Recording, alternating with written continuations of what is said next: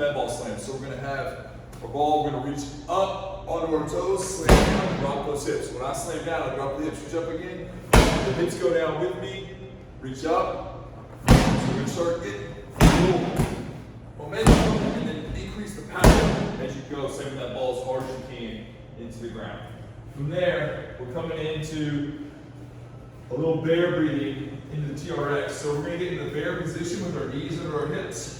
We're gonna have our hands on the handles of the TRX, and I'm gonna drive myself away. I'm trying to kind of drag my feet forward. They're not gonna move anywhere, but I'm trying to drag my feet forward, get my core engaged. Driving those shoulder blades apart. So I'm really pressing away with my shoulder blades. Getting a big deep breath into the back of the ribs. So I'm trying to take that air into my lungs and let it expand, get big, and then really kind of stretch out from the inside out. After that, we're gonna do 10 to 12 good reps there. I've got a band looped onto the rig. I'm gonna hold with the middle two fingers. My chest is gonna be squared up in front of my anchor. I'm gonna row, extend, return. We've done this drill on the TRX before. We want that shoulder blade to move. Row, extend, return. Row, extend, return. Pull that shoulder blade back, extend the arm, let it come back. We want to make sure that we're not turning with the hips. Our feet are rooted into the ground.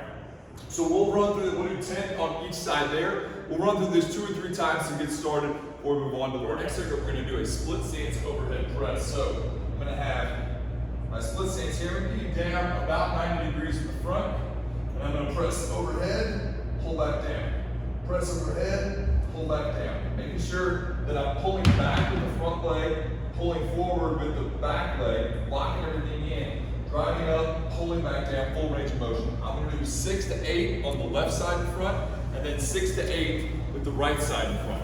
After that, I'm moving over to an incline bench, a wall, anything that you can get a little angle on. The boxes work great for this, okay? We want our shoulder over top of our hand, so we don't want our hips shifted way back here. We want to be in that nice plank or push-up position. So our abs are on, our core is being used.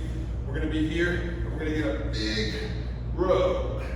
And we can even get a little bit of rotation here if we want.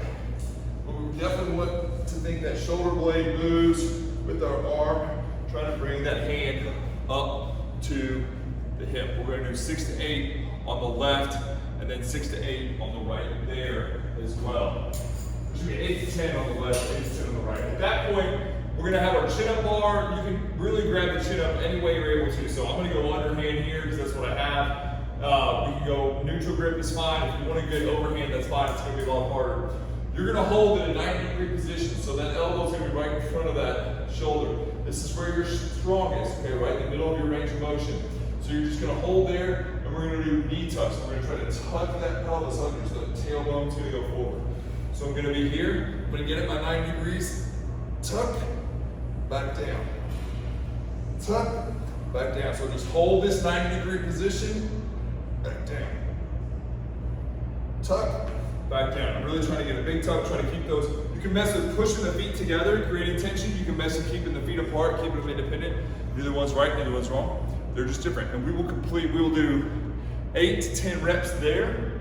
Try to hold as long as you can. Don't move, keep it at 90 degree. And we'll do 4 total rounds of that whole set, 6 to 8 reps. With that split squat, make sure that you keep your lower body at 90 degrees. So don't end up way up here. This is easy. We can all do this, okay? All right, then we're going to be in that plank position, rowing. Keep that body straight, core tight. 8 to 10 on each side. And then we have our 90-degree hold. We're going to get 8 to 10 there. We'll do 4 total rounds here. Start off, we need a bench, box, chair, whatever you have. Something's about knee height. We're going to be up on our toe. We're going to be on shoulders over top of our hands. We're going to have one leg off. We're going to drop our knee to the ground, and then we're going to lift up and push back. Drop knee to the ground, push up, pull back. We can use our arms a little bit. I'm really trying to extend the knee, get a lot of quad work here. Push up, push back. Drop the knee to the ground. Push up, push back.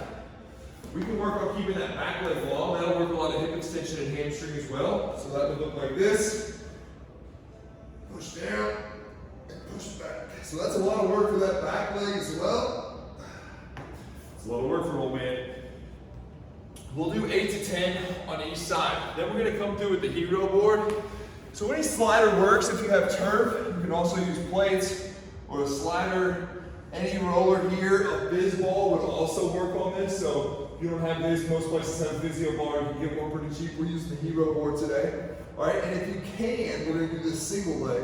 Some of you may not be able to do that. We're gonna get your core tight, lift our butt, pull back, and return. Notice how under control I am. I'm pulling back, and I'm returning. You can do it single leg.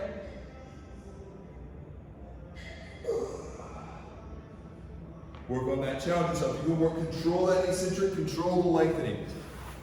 We're gonna do 6 to 8 here as well, and we'll keep just bouncing back and forth. So there's no set rest time. You don't have to rest 2 minutes between each one, but just catch your breath, let your heart rate come back down.